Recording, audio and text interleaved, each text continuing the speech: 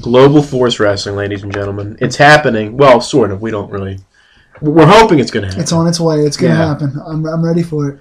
All these impatient people online are just, it's so funny. Like, I go on, basically I go on like websites or Facebook or whatever, and people are flipping out. When's this coming? How's it going to be ready? Is Jarrett going to do it? Yes. I mean, he didn't make an LLC for no reason. He didn't wake up and say, well, it's April 7th, I'm going to make an LLC. No. And he's purposely going out there and unifying these companies. He's getting all these partnerships in tow. He's not wasting his time. He's getting together a governing body of companies that are going to make an impact. It just takes time to start a company. It does. You can't do it overnight. I mean, how long was TNA in thought before it actually happened? Yeah. It started. It takes forever. Just in case you guys don't know who we are by now, that's Chris Schultz. I'm Jason Burke. We're here to discuss the evolving, continuing saga of Global Force Wrestling and sort of what's going to happen here. I mean, Jeff Jarrett has now decided to get together with 11 or so companies and partnerships all around the world, and we're waiting to see what the result of that's going to be. They have a big show on a big date for us, January 4th, 2015. They're using the New Japan's Wrestle Kingdom 9 at the Tokyo Dome, which is their biggest show of the year. I guess it's going to be branded as a GFW show. In the U.S., it's going to be on pay-per-view nationally. It's a big deal. It's a big deal. So we're kind of pontificating the possibilities, I guess. Very true. I mean, it's going to be interesting to see who's going to evolve, how it's going to evolve, who's going to be on the roster. Now, we did mention people we thought were on the roster. I don't know what happened. I honestly thought that was on their website, that the Vance Archer and D.H. Smith and the other guy, the Pope, were part of the promotion. The other guy. I don't know how that got misinterpreted or whatever, but I'm guaranteeing almost that we were right, I think, for most of it. I think D.H. Smith is going to be on it. He's with New Japan. It's just almost like, you're going to see him at least in some form, I think, in the Tokyo Dome. Right. And I mean, I think most of the confirmed roster, not confirmed per se yet, but I think most of the roster will be coming from ROH and from New Japan, and a combination of some other former TNA and WWE wrestlers that have been cut. Jarrett's going to, I'm sure, because this is going on pay-per-view, and it's going to become somewhat of a national company right away once it starts. I feel like Jarrett's going to use a lot of ex-big names to come in, but outside of those big names for the draw to make your money and make your ratings, you're going to see a lot of ROH guys and a lot of New Japan guys, and that's going to become a majority of the roster. Very true. It's neat how he's doing this, too. He's making it like the old NWA territory system. You can see it happening. He has promotions. He's putting them under almost one umbrella with one central identity.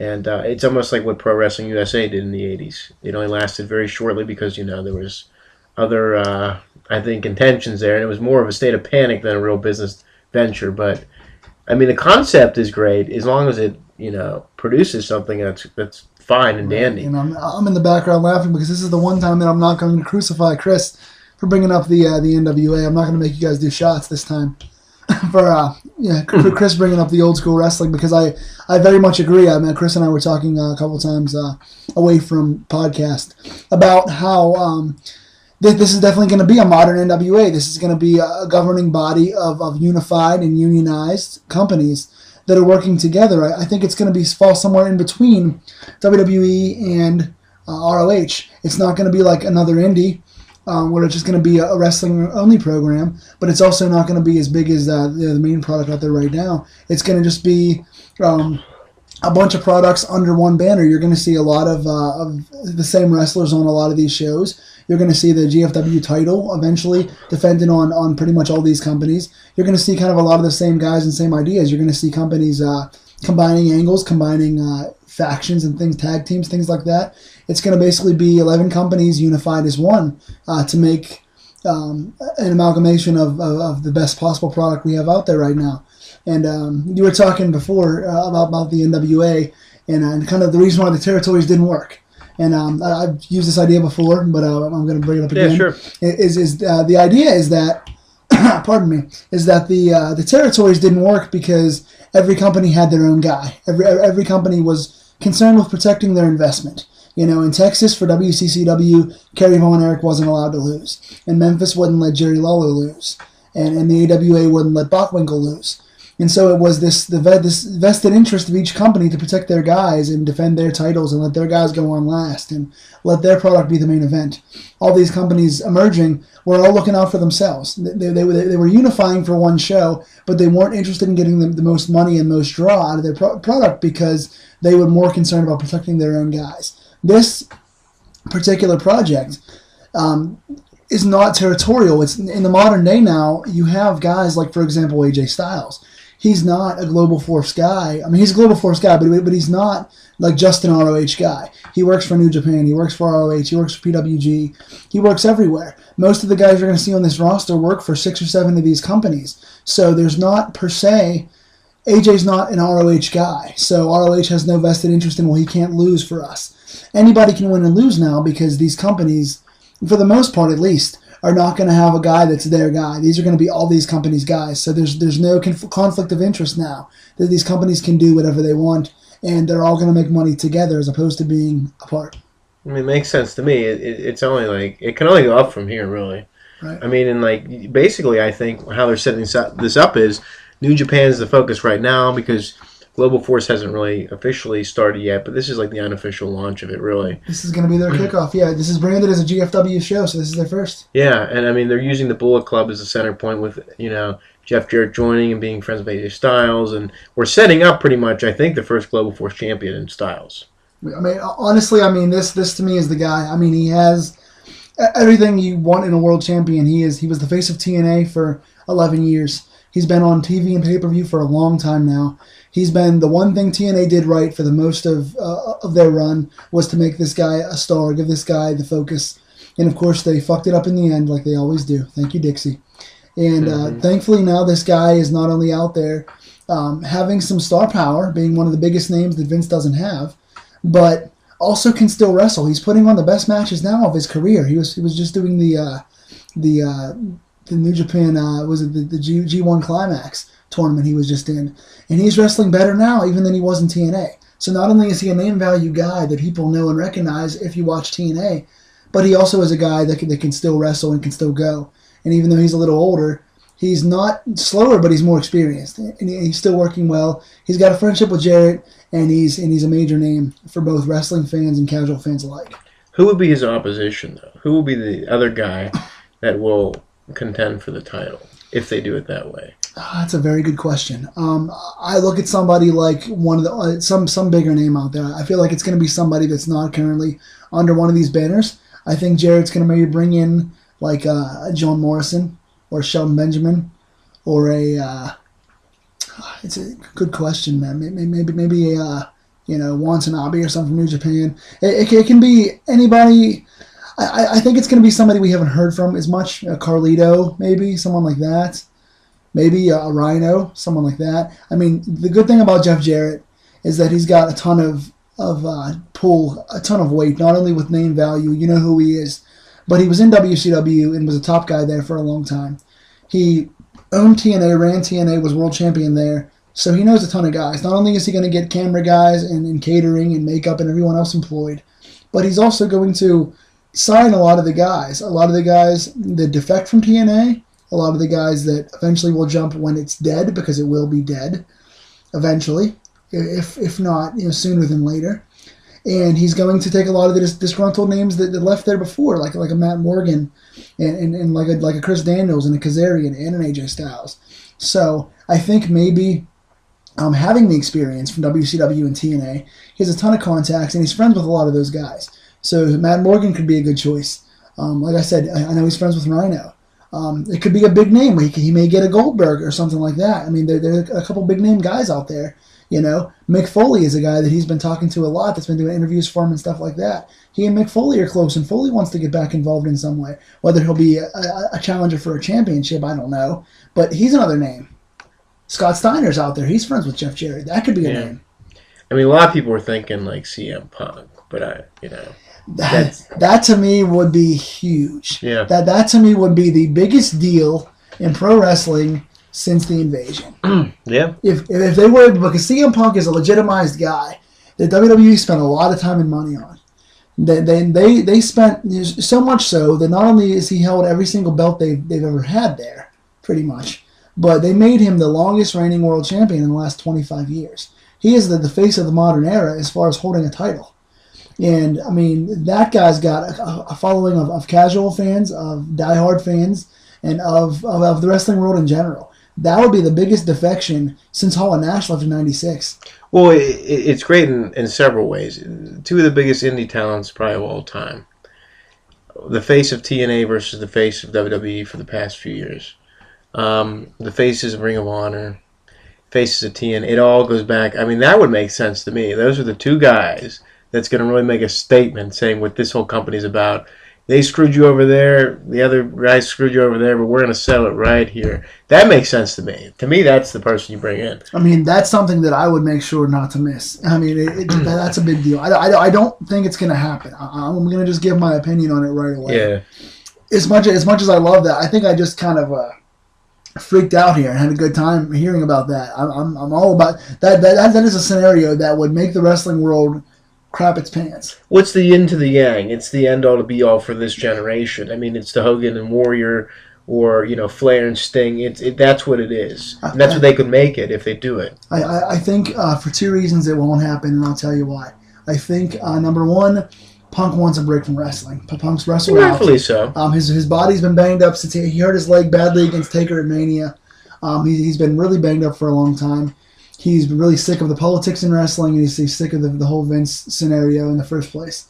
And number two, if he were to eventually ever get back in again, which I think there's a small possibility he will, if there's ever going to be someone that goes away from wrestling and leaves forever and just doesn't come back, Punk's the guy that would probably do that. But if he were to come back, which I think he will, he's going to want to be a WrestleMania main eventer. He's going to want to be on the biggest stage possible. He's not going to want to burn that bridge with Vince. If he kind of defects over to Jarrett's thing, and Vince obviously hates Jarrett, and they've got a long history, I think that takes Punk out of the scenario to main event WrestleMania one day in 3, 4, 5 years down the road, which I think he will do.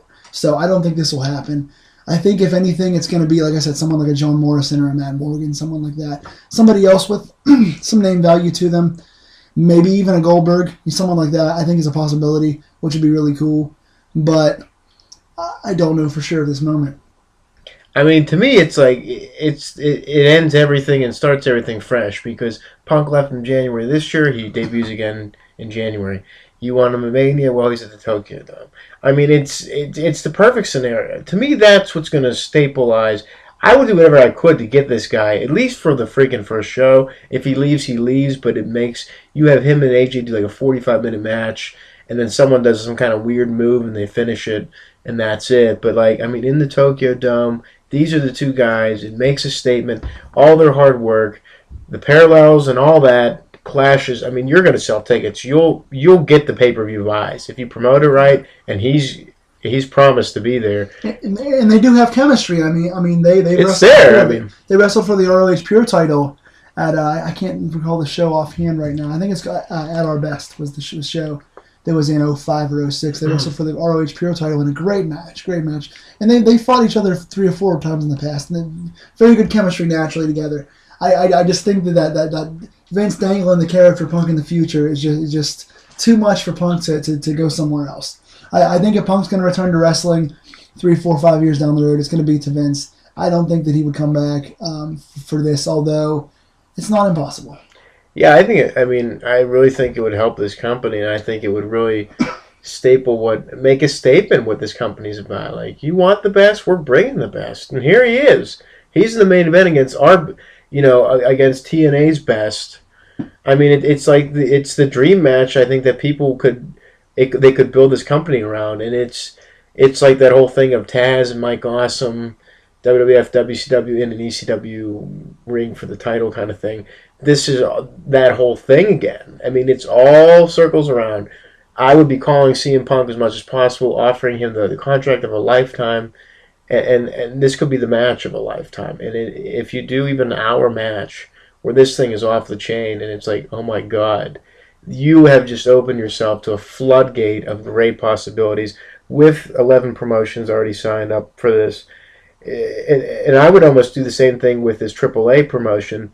I would bring in Alberto Del Rio, who's the WWE version of whatever, and I would bring in the guy that was that. Who was that guy that got let go, that Sin Cara guy. Okay. And I would have him come back to fight him. I mean, you could do that or have someone, Mexico's main event guy, against WWE's version of Mexico's main event guy, and have them go at it. You can make some great statements here, and you can have some great matches if you just put the time and effort. But don't. The problem is with wrestling is they promise much and don't deliver it. If you're going to be a promotion and you really want the best of the best, it's like our writing. We go back and back and back till it's perfection, till it's like off the chain and it's above expectation. That match is above expectation, and I think it should be signed for January 4th at the Tokyo Dome. That's just my opinion. I think it's going to sell tickets globally, and I think it's going to put asses in the seats in the Tokyo Dome. And I think it's going to put asses in the front couch of in front of the TV screen, and I think it's going to be able to sell a pay-per-view for $29.95 on January 4th in the Tokyo Dome. I mean, you're not going to get an argument from me in terms of do I want to see that? Hell yeah, that's a match of the year candidate starting the year off. I mean, that is the absolute definition of two marquee names that can still draw money, that can work. I mean, but like I said, I just don't see it happening realistically. You know, if there's any way it could happen, I would try to make it happen. I just don't see it being out there. My thing is, if you're starting this company, are there any older names? Because obviously, with getting national pay-per-view and sooner than later, they're looking right now for TV deals, trying to get somewhere on TV, and they want to be a national federation company, whatever. You need name value guys. You need guys that are known from TV in the past, from one of the big four companies, ECW, WCW, WWE, or TNA. Is there anyone out there right now that you bring in to let the audience know, hey, this guy's associated with us. He's a big name. He's going to be part of our company. That you get the casual fans to flip through the channels and go, oh shit, that guy's wrestling? Let's check this out. Well, I mean, you're going to have to figure out, what are we looking for? Are we looking for wrestlers? Are we looking for the broadcast? Just everybody? Anybody. Was there one or two guys you can think of that you say, well, when I'm starting a company and that guy's available, I got to have him? Well, I think the obvious choice would be Jim Ross for color commentary. You're going to have to put him with someone like I think he may do it, too. Yeah, I think that time's come for him. I would team him up with someone like they had like a straighter lace kind of announcer. Matt Striker.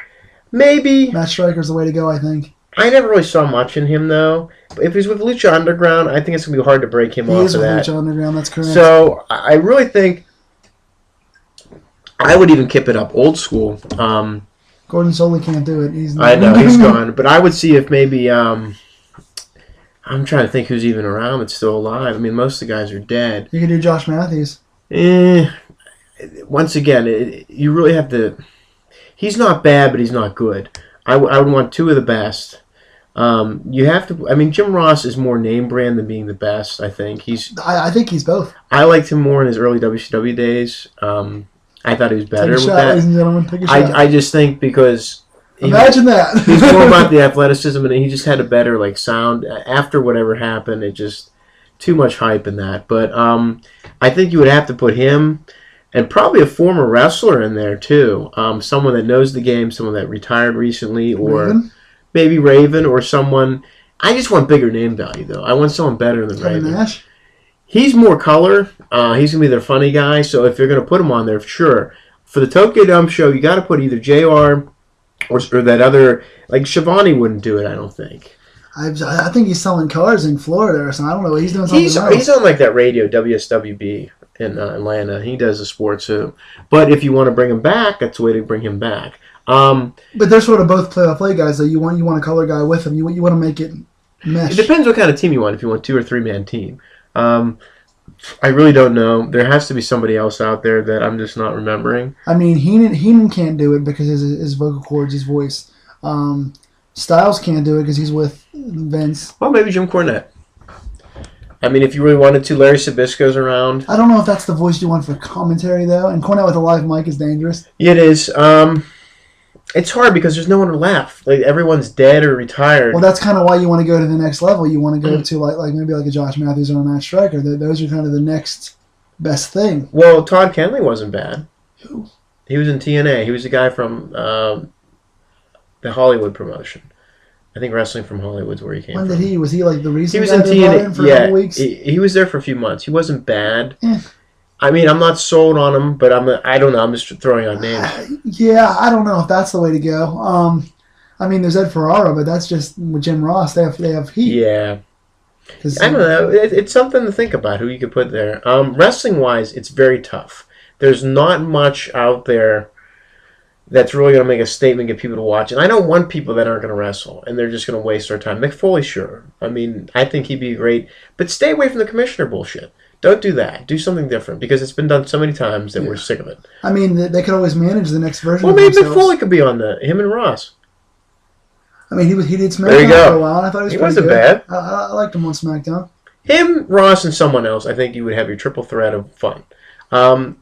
Star power wise, you got enough in these other promotions, I think, to carry you. But don't sign people like Steve Austin and all that because they're not going to do anything. They'll get you exposure, but they're all with WWE. I mean, don't bring Hogan in. Don't you dare think about that. Sting, they're all. Well, I think Hogan and Sting are pretty much signed with Vince now. I think they're pretty much like Sting's doing the video game and DVD deal. Yeah. Hogan's doing the breast cancer awareness march. Yeah, he's doing wherever the money's at. I think those guys are off the market. I'm not opposed to bringing Goldberg in, honestly. I mean, if you want a big name that can still kind of go a little bit, I don't know if he can go, but I mean, he's a guy you kind of look at and say, well, that'd be kind of cool to see like this high flyer, AJ Styles, this kind of new wave version of a main eventer against Goldberg. It'd be kind of cool, first time matchup. I mean, it's something different. He hasn't been around for a long time, so he's fresh. And his DVDs just sold. He has one of the highest selling DVDs for Vince in the last year and a half. People want to see him, but it depends how you book him. You really got to figure out who you want to bring in first.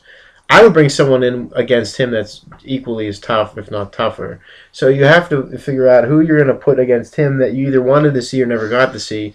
Geez, I don't know. I mean, there's no one. Maybe someone from the Bullet Club, There's Doc Gallows. He's known as a tough guy. Maybe someone like him. Those two can slug it out. I'm not really a big Doc Gallows guy, but I mean, I'd be. He's okay expendable with that, to Goldberg. I mean, that's fine. So you want to see Goldberg get over first? I think you have to. You can't let him lose because there's no point of bringing him in if you let him lose. At least the first match, and then you build something up. Yeah. There's other guys. You could do Styles and Daniels again. I mean, Daniels is out there. You could, but CM Punk, man, makes that statement. I wouldn't talk. Oh, believe me, I'm not against it. I know. I hate that subpar me. crap. To me, if you're starting as Fed, you do it right or you don't do it. And I think that's like the Lex Luger jumping a Nitro thing. You got to do it. Yeah, I mean, figure it out, Jarrett. If it's possible, I agree with you. I just that is the crown jewel. If it happens, I just don't see it happening. It's just cool because you can see AJ Styles be like, all right, and then you see like the stare down alone is priceless because it's like, all right, I'll try you, and AJ Styles like, I mean, the second the Cult of Personality or whatever they decide to use for his theme song hits, the crowd's going to go crazy. Who sang that? I don't know. I have it on the tip of my tongue and I can't get It's it an older around. band or whatever. I know it. It's City in Color.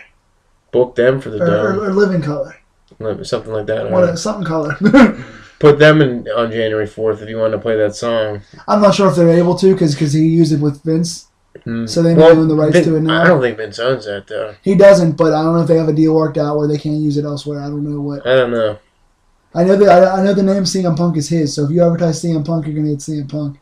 We'll see. I mean, for me, you got to kind of focus on the young guys. Those are the guys you're going to use for the main event if they're available, yes.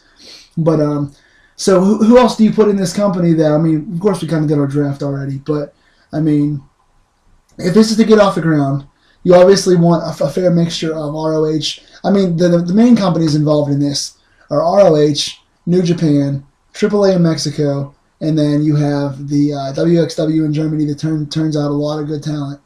Those are kind of the main known name value promotions that you're going to have the most talent involved with. So who do you kind of bring in from there to be major players?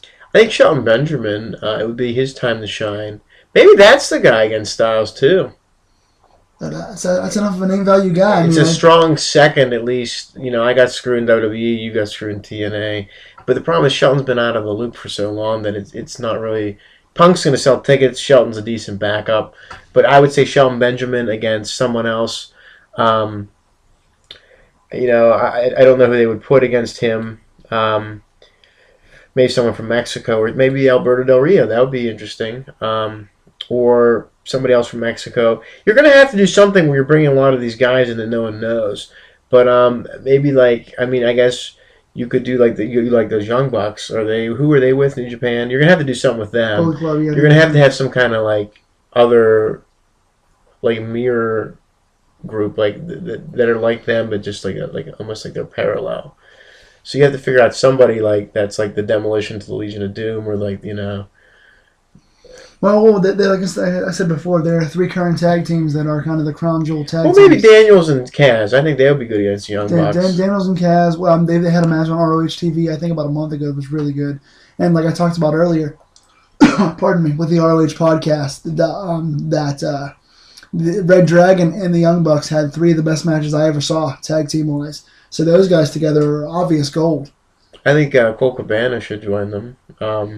Yeah. He's got that, like, I'm here and we got to do something with me look. If Punk comes in, that would make sense. They're best friends. Yeah, I mean, Second City Saints. So you would probably book Colt Cabana against someone else that's kind of like a Joey Ryan or someone to kick it off. Like 2 kind of polar opposites. Or someone... I think to kick it off, you got to do some sort of 6-man tag of young, unknown guys. Yeah, I mean, that's just kind of like how the X Division did to an extent. You want to bring in some, like 4 or 6 or 8 brand new guys. And some, not to be a clusterfuck or anything, but you want to bring new guys in and establish right away. This is the kind of stuff you're going to see. This is the amazing action you're going to catch on this program. It looks like you could do a World Cup here real fast because you got Australia, you got Team Germany, you got Team South Africa, Team England, Team Scotland. So you could do a quick 6-man King of Trios thing, like, or however, like by country, you could do a tournament. Like an X tournament. That's not good for your first show, though. You want to establish who your guys are right away. You want to establish who the guys you're going to push are. Yeah. So in your opening show, you kind of want to open with something where the winner of the match you can tell is going to be a guy that's going to be pushed for a long time. He's going to be a focal point of your company. Like if you're doing a tag match, you want the Young Bucks to win your opener because they're going to be your tag champs, and they're going to be the focal point of your tag division. So you kind of want to pick somebody that you're going to go with for a long time. So you don't want to just throw guys in there right away. Yeah, it just depends how much they want to showcase, and are they going to have all this on pay-per-view or not? There's a lot of factors here, and I really don't know who else they. I mean, AAA. There's not much to offer when it comes to AAA. I don't think. I mean, they're hit or miss there. They're good for the X Division style, but a lot of their guys, a lot of the name value guys, have already been in TNA and done stuff there. Well, let's do a kick on the NWA. I mean, Rob Conway's in New Japan, so he's the NWA champion. So maybe we could do something with him. Yeah, but that's just spoiled goods to me. I don't see much in Conway. Well, we could have him job to somebody, like that's just better. Step on him and Goldberg. Well, you could have an NWA title defense. I mean, if you want to get them under your wing, might as well. He's helped maybe have him against Blue Demon Jr. again because he was a former NWA champion. Maybe Adam Pearce comes back to fight him, Colt Cabana. I don't know if you want to defend a belt that's not already under your regime, though, before you get on. It's true. He's going to be the Tokyo Dome anyway. If you're going to defend another company's belt, make it the ROH or New Japan belt. Otherwise, because you really want to focus on the companies that are going to be there for you. So instead of bringing another company in that's not already under your wing, kind of focus on ROH or New Japan or something like that. Maybe like do something with like the Briscoes, bring them back as a tag. I guess that guy, he's probably going to lose the belt at Final Battle. I'm guessing. I hope so. I'm guessing somebody could have the Briscoes fight against. Well, you could have them against the Young Bucks maybe Briscoes and Bucks that's money. Or do like a 4-way: Briscoes, the other 2 dudes, Kaz and Daniels, the Young Bucks, and then like another tag team, whoever you can find. Maybe like a different team from Mexico or something. You got that. I don't know. There's really no one. Let me see who's in Impact Pro because I don't know. I'm just curious to see who's in this. I mean, there's just so many guys that I don't know who they are that it doesn't really help try to book this. Yeah. And I mean, Jarrett's been feverish in trying to get as many places as possible under the branch of GFW. Yeah, it's hard to know. Yeah, see, there's no one here that... You're not going to find a lot of name value guys in most of these companies. What about Van Dam? Is he under contract with WWE still? He's not. Well, there you go. There's another one. He comes back and he does stuff periodically. I mean, he talked about maybe coming back in the future. So I think he's another one of those guys that I'm not sure that it would hurt them if they went over and did one of these shows. But they like to keep the door open for Vince at all times. And Vince looks at you as a traitor if you do anything else. So I mean, guys have done it before. McFoley and Nash and Booker were all in TNA and they came back. So there's no guarantee it's going to hurt anybody. But you may have Van Dam put someone over, or do like a draw. I think draws are better on a first pay-per-view like that. You have him against someone from... Then he's got to come back later and do another match. Yeah. Maybe you have him against someone that he has unfinished business with from TNA that's there or something like that, or maybe him against. His whole TNA run was unfinished business. Good Yeah, Lord. so I mean, you could have him against Maycole Cabana. That could be something different. I don't know. It's hard to book when I don't know who's going to be there. Yeah. Most of these companies are useless to me except New Japan and AAA. Jesus. I mean, because I don't know any of these You guys. just pissed off fans of 10 companies right there. Sorry, I mean, I don't. What the hell is WWP from South Africa? I'm sure no one's heard of it. And I've seen South Africa's heard of it. They have. God bless you. Good Lord. Wrestle Clash, I've never. I mean, so these. I mean, it's all irrelevant to me except New Japan and AAA, and there's not much to grab from AAA. So we're stuck with New Japan's roster. I mean, you got the Bulldog's son. Maybe you can have him. He's teaming with Lance Hoyt. Maybe they could They're fight. talented guys. That could be the four-way there. There's not much else to grab from. It's going to be a lot of new talent. Ring of Honor, I don't know who you're going to bring in. Maybe some Pro Wrestling Guerrilla guys like you were talking about on the other podcasts. I don't know. I mean, they're all working together, so I assume the entire rosters of all these companies are available. So it's going to be a lot of unknowns is what we're going to look at here. So we need to almost not have them on the show to a degree. Because so nobody wrestles. Yeah, no one wrestles to like the actual TV presentation of this. Because, I mean, really, no one's going to buy it for guys from South Africa we never heard of. We're on the air. Yes, we're still going. Okay. I didn't see the clicker. Oh, it's still here.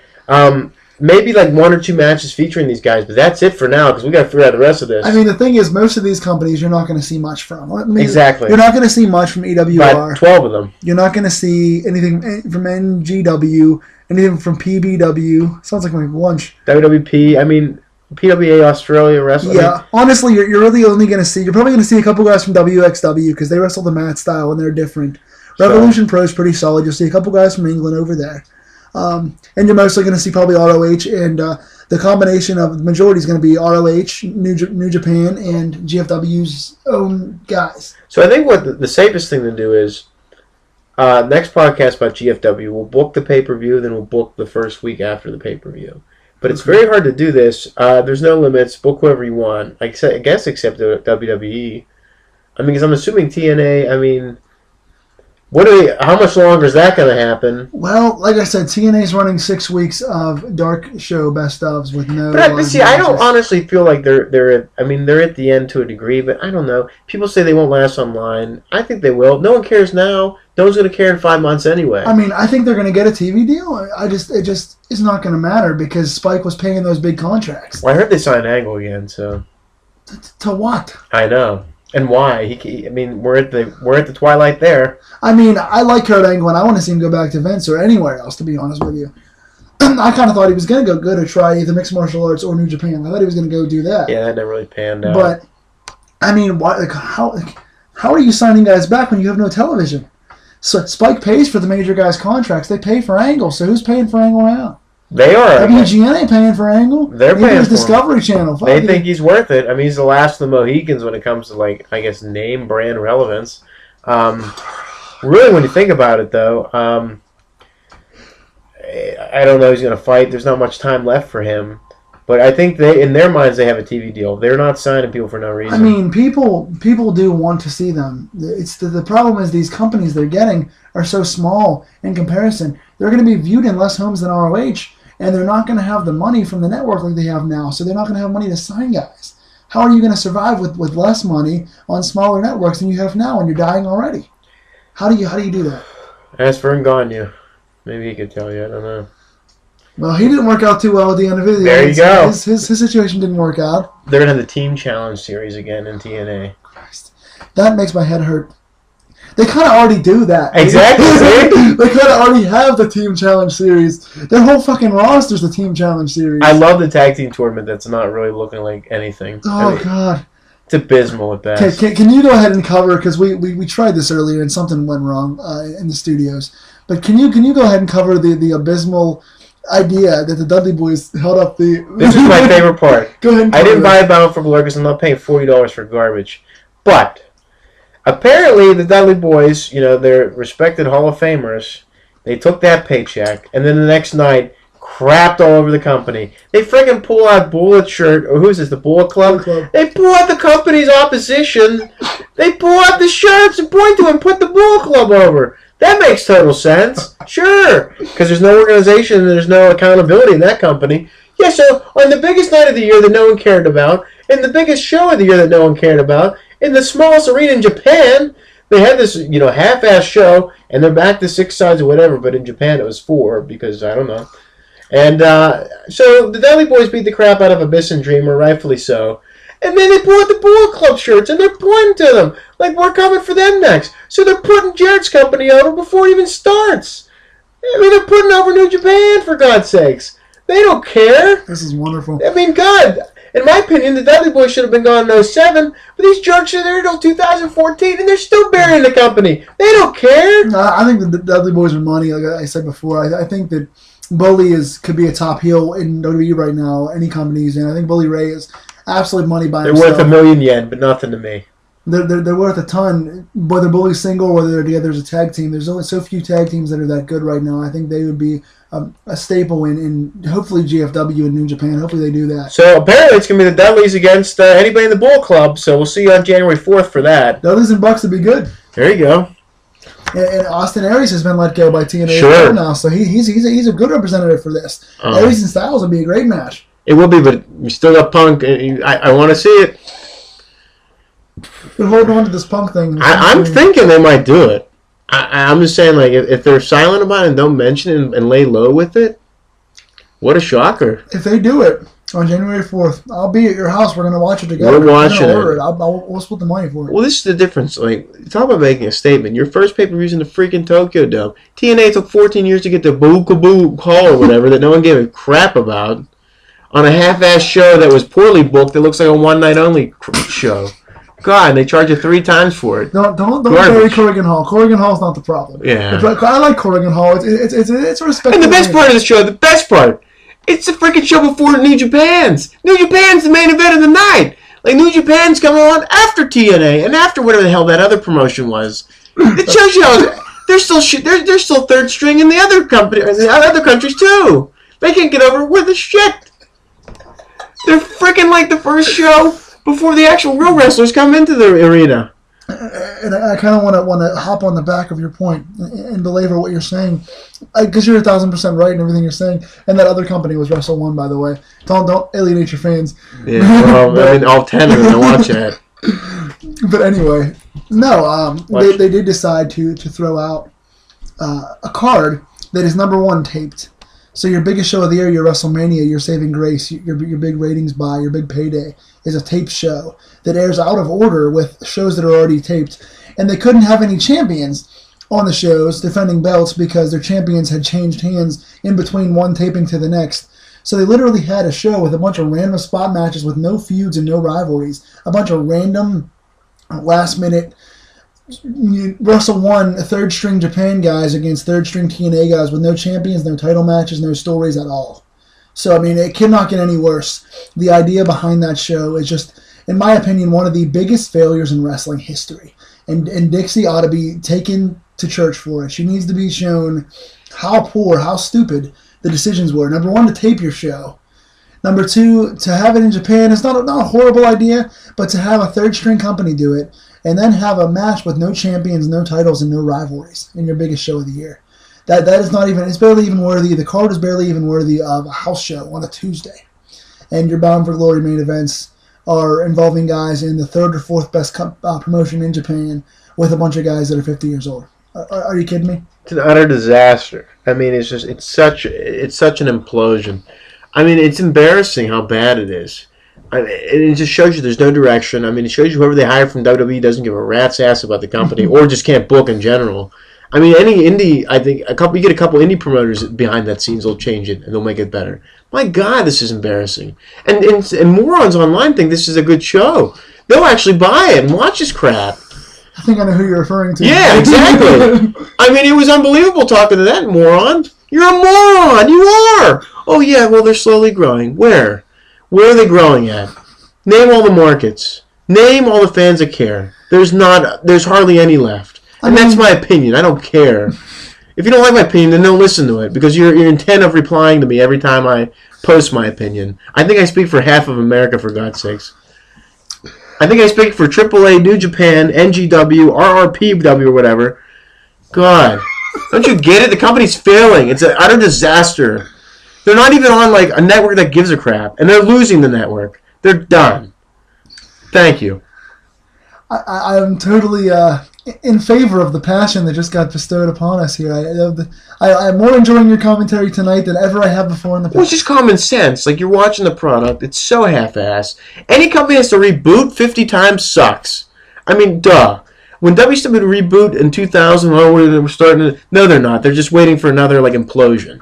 It's the same crap. They're not starting anew. They have no idea what they're doing. It's an utter disaster. It's a disorganized mess. It's going to take a year to clean up the trash that Hogan left. It might take 3 years to clean up the trash that Hogan left.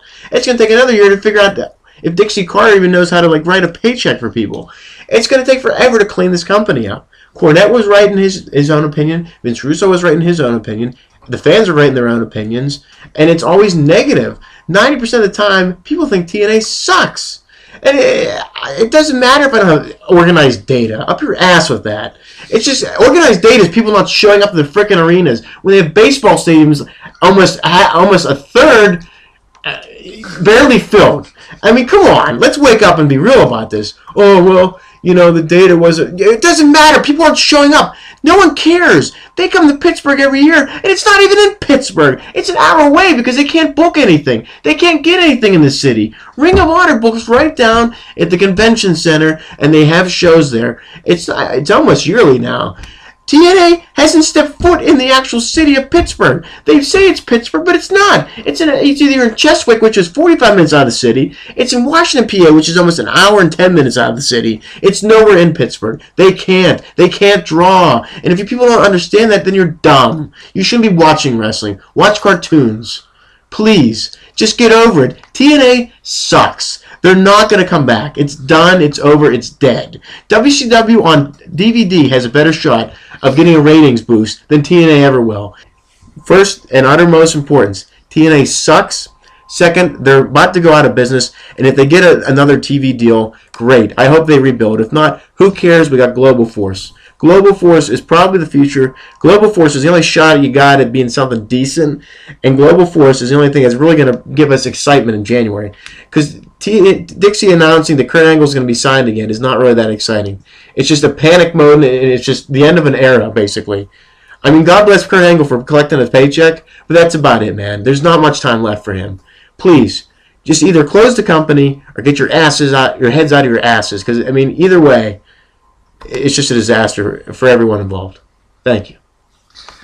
Yeah, I'm not even mad, man. That's the funny part. I'm just having a good time with this. I could have taken a walk around the block, taken a nap, got more Oreos, came back, and your passion plea was continued. Well, I'm just having fun with this. I always do online. And the reality is, like, that company could always be online. I love these debates. Oh, well, they can't get financing. And if you pay the wrestlers one fee to show up for like an hour and film them, whatever, well, I'm sure it takes longer than an hour to film a program. But say you just have an hour show. Because God knows they can't figure out how to do 2 online. They just do an hour show of like 3 matches. They would technically still be in business and still be able to survive online. They could always be online if they pay for everything or whatever. Yeah, I just don't think there's a market to people want to see them online because they don't want to see them in person. They don't want to see them on Spike, so why are they going to watch them online? Well, this was the comment. It's hard enough to get somebody to watch Spike. They're getting .8s on Spike, so those fans have to go out of their way to look online to find them. Is even less of a possibility. I think it's like comparing laziness to like excitement or whatever, or like intuition. Like people that love TNA are going to watch it no matter what. So you still got those people, which is pretty much all you got left. So I mean, they'll stick around. I think they'll be around. They went off for like 4 or 5 months, and I know it's a different time period, 2005. They were sort of sucky then. So I mean, it took them like 4 or 5 months till they went on Spike, and they were fine. I don't think they even had weekly shows. I don't know if they had. They had the Wednesday. They still had They still had like those Fox Sports, whatever that was. Mm-hmm. Okay, they still had their version of that. Yeah, they were never actually dark for the period they're going to be dark now. They're going to be dark for 6 weeks in December, showing best of old shows, and then they're going. Well, they might draw their audience back because they'll be like, "Oh my goodness!" Like, look, Yeah, I don't know. I mean, for me, like I said, if they're already getting .8s, and now you're making somebody go online and look for them at a certain time, I don't see it being feasible. And if it is, it's not going to grow the fan base. If nothing else, it may sustain its .8 or .6. Well, you got to do reboot in January, and this is like the 80th reboot for the company. I mean, I don't think you have the money now. Well, supposedly, I don't know. If they have the money to sign Angle again, they got the money. Well, they can make it a bad decision like they usually do. Dixie's known for bad decisions. Well, she's the queen of that. I mean, she'll go down in history as the biggest moron of the business, I think. Agreed. And rightfully so. You schmuck. You let AJ Styles go. You let all these other people go. What's wrong with you? I feel like the first time when we talked about TNA, we did this. I sort of led the force behind the rant and the anger. And this time I bowed to you and let you go off on the company. Well, I think I'm speaking for all the people. Like, you failed us as a company. You failed the wrestling fans because you have no identity. You don't know what you're doing. It's been apparent since almost day one. And when you get a shot of something that's almost about the work, you crap on it. I can name tons of things, like LAX. Remember that was getting hot? Crapped on that. Motor City Machine Guns? Yeah, crapped on that. Triple X, when they were getting pretty hot, crapped on that. Amazing Red? Yeah, I mean, the list goes on and on. It's the same mistakes, and they don't learn. So obviously they need to get the people out of there that don't know what they're doing. So I don't know if that means shutting the whole company down or just revamping. But this you're like on thin ice with fans. I mean, well, Dixie's never going to sell, and she's the one that's causing the problem. Have fun watching reruns and have fun sitting in your office broke. Whatever. Well, she's going to have more money than God for forever. But it's going to be eventually the companies that are supporting this bad wrestling with poor decisions are going to eventually just shut down. But was that really true though, that the condition for Jarrett to buy the company was she had to be on TV? Was that really the I honestly don't know. I don't know. That's hard for me to believe. It really is. And if it is, she's dumb. I'll go tell her in Nashville, you're dumb. Have you watched this crap you put on every week? I certainly haven't. I haven't seen the show in months. It's just evident she has no clue, and she doesn't belong in the business. I know that they spent 6 weeks building up the tag team showdowns between the Dudleys, the Hardys, and the Wolves to use their established guys to put new guys over. And then the Wolves go through all this tragedy and triumph to win the tag titles finally and make this big deal out of it. And 2 weeks later, they've already lost them. Yeah, that makes sense. To a random team that was thrown together at the last minute. Sure. That's what I won't say who it is because it's spoilers. It hasn't aired yet because they fucking taped 6 months in advance like idiots. But 2 random guys are a tag team now, and they're the new tag champions. Sure. That's TNA. Best booking I ever seen. Huh. Well, the point of this podcast, and we veered off into quite the tangential argument, is that we hopefully have change coming. We hopefully have something new that's going to veer us from having to deal with TNA, and it's going to put somebody else back in charge, and Jeff Jarrett with this body of companies, this new version of the NWA. Yeah. And hopefully GFW is the future of pro wrestling. I hope so too. And for all you people that think TNA is the greatest thing since sliced bread, have you watched it? Have you really watched it over the past couple of years? Even in the reboot in New York, I wasn't that impressed. I mean, that was the best they've done in a long time. And that's sad, isn't it? That's sad. It didn't really focus on a lot of their guys. The only guy that got over, in my opinion, for them was EC3. Exactly. Ethan Carter did a nice job, was a good heel, got some good heat. He's about the only guy that out of their own roster that got over. I just can't wait to talk about TNA again. You just did. Oh, I know. I mean, just the storylines in general and the abysmalness. I mean, James Storm and his weird, bandana thing going on with these guys that no one cares about in some shed. I mean, that's typical TNA garbage. I mean, it's so typical. It's laughable. I enjoy the failure. I really do. I'm glad that you got a chance to vent your frustrations because I know a lot of the things you've been holding in about the company. And your thoughts are essentially, roundabout way, my thoughts. I mean, do I have to do a poll to prove it to people online that this company's garbage and no one cares anymore? I mean, what do I have to do to prove it? I mean, I think the ratings speak for themselves. I think what it is that people online are diehard wrestling fans, and they're going to watch anything wrestling anytime because they're ingrained in the business. They love the business more than anything else. If it's got wrestling on the marquee, they're going to watch it. So I don't think you can prove anything to them because they're going to keep the same mentality. I can prove one thing. They always talk about, it has 1 point whatever million viewers. So does YouTube with someone just drooling on a bed. It doesn't mean anything anymore. TV ratings really don't mean much anymore compared to internet views and things like that. I mean, the rating system to me is a joke anymore. It doesn't matter. People on YouTube who have their own channels and are YouTube stars, I was watching. They pull in bigger ratings than The Big Bang Theory and another show combined on CBS. I mean, TV always has its place, but those ratings don't mean anything anymore. You have the internet with a whole span of things now. That makes TV ratings look like a joke. Well, you also got to factor in DVR and Netflix and all the DVD sales and stuff like that. Mm-hmm. So it's not just TV ratings; it's everything that goes along with it. TV ratings aren't the end all be all for what people were viewing at the time. I mean, they're the most important thing, but when you're talking about making money, but It's hard to explain because TV ratings are amplified by different things. There are different things that go into the ratings. So the 1.8 million views isn't always exactly 1.8 million. It's a different number. It's skewed. Yeah. But because you're factoring in other countries, delayed times, DVR, and stuff like that. So I agree to an extent, but not fully. But yeah, I mean, I don't know. I don't think that the TNA would survive online because it's not even surviving in person. So surviving online will be even tougher for it. Well, it has to because they have to pay out Kurt Angle. Well, I mean, I think they're going to have a TV deal in January. I don't think it's going to be a great one. I think it's going to make them number 3 in the wrestling business, and soon probably extinct. Well, that sounds good to me. I mean, there's no other really viable option here. Like, I mean, honestly, you have to get rid of half the roster, if not 2/3 of it, because they don't have a roster. They're already gone. I know. I mean, the shell of a roster. Then, I mean, it's bad. It's bad. They only have, I think, like 15 guys under contract, and that's legit. Wow, that's pathetic. I don't think they have. They let Aries go again. They let the Dudleys go. What do they have? I mean, who do they have? They signed Brodus Clay. That's great. That's the coup de grace. That's wonderful. That's someone I would never even consider to bring. Nor should you. But, well, they're so hot for getting those ex-WWE guys, and people say, oh, they gotta work somewhere, they gotta get them over. No, they don't. Not at all. If they suck, no, they don't. So, I mean, really when it goes, I don't want the Funkasaurus or the Hip-Hop Hippo or any of those jerks in my promotion.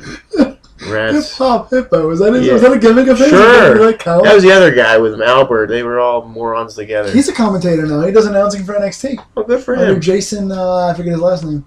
Good. Collect that paycheck. Well, I think we've about covered the GFW.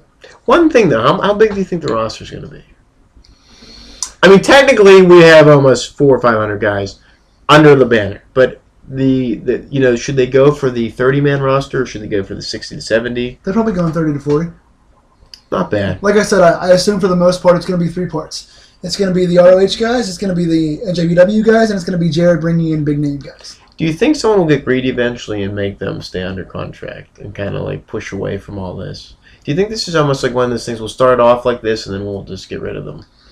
I mean, it's possible. I mean, thankfully, there's already kind of a banner with New Japan and ROH anyway.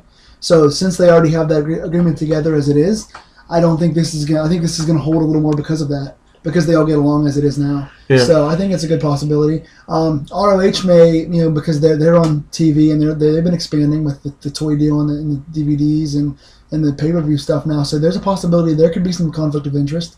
They pulled away when TNA started to use their guys. Or when TNA pulled away from them when their guys were doing both. So there's quite a possibility, but for right now we got to look at who's going to get on the roster, how many guys of each company is going to be there, and who they're going to use. We'll see. I mean, hopefully we'll get a decent roster. I'm kind of a fan of a little bit of the bigger one because I think there's just more possibilities. But it gets tricky with booking though, because if you got too many guys, then it's hard to book. You can't book 60 guys. That's why TNA failed in the first place. That's part of the reason why they were miserable. And Vince has so many guys and so little programming back then. Now he's got more programming and less guys. But it's you got to make a manageable roster where you can actually get actual pushes. If you want to have some more job guys to feed your main guys, that's fine. But I don't think you should be having a 60-guy roster. Well, I think it's like one of those things too, where you could have like a secondary show eventually. You need a first one first. You need TV. That too. I mean, you got to find whatever TNA goes with. You got to pick the other one, or you got to try to get back on Fox or back on Spike, or so you got to get somewhere if you're Jarrett on TV because they have no TV deal finalized yet. Very true. I just love trashing TNA. It's a good time. It's well deserved. Thank you. I don't see why not. Prove me wrong, people. Well, ladies and gentlemen, this has been a more event session than a podcast. This has been Chris Schultz, Dr. Phil hour, laying on the couch, giving you his feelings about life and getting out some pent-up aggression. But we will see you guys. Hopefully the next GFW podcast is not only more about GFW, but also able to see where things have gone. Well, say la vie.